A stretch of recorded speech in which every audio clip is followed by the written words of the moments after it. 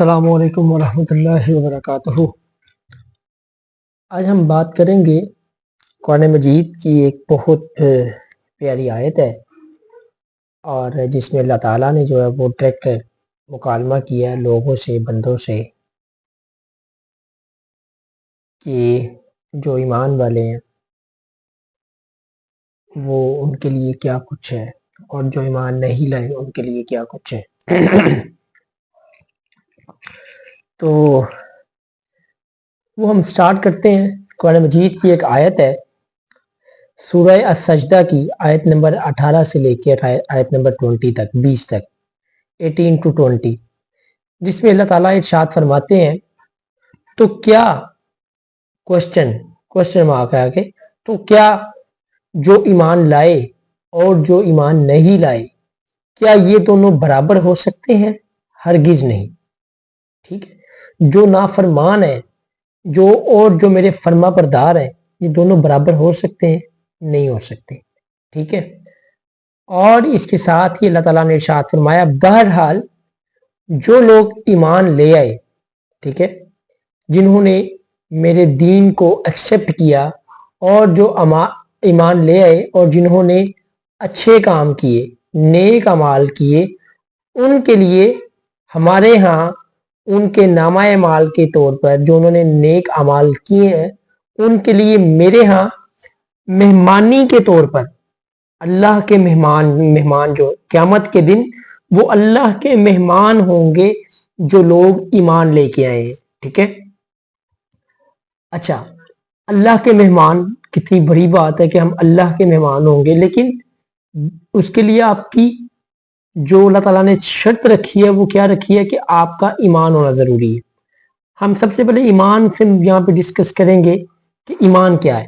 ٹھیک ہے، ایمان سے مراد سب سے پہلے تو جو ہے ہم ایک بچپن سے اپنا جب سے ہم نے آنکھ کھولی ہے، ہم نے ایک چیز کا اقرار کیا، لا الہ الا اللہ محمد رسول اللہ، اللہ تعالیٰ ایک ہے، اس کا کوئی شریک نہیں ہے، حضرت محمد مصطفیٰ صلی اللہ علیہ وسلم اللہ کے آخری نبی و رسول ہیں۔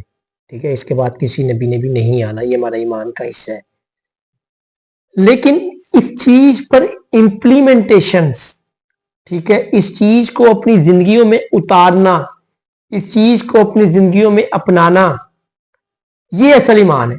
ٹھیک ہے، وہ ایک بڑے پیارے ہمارے ایک اپنا بہت مشہور سکولر ہے، اپنا ان کا میں یہاں پہ نام نہیں لینا چاہوں گا، وہ کہتے ہوتے ہیں کہ جو بھی ہے، ہم جو ہے نا، ہمارا مسئلہ یہ ہے کہ ہم شناختی کارڈ والے مسلمان رہ چکے ہیں۔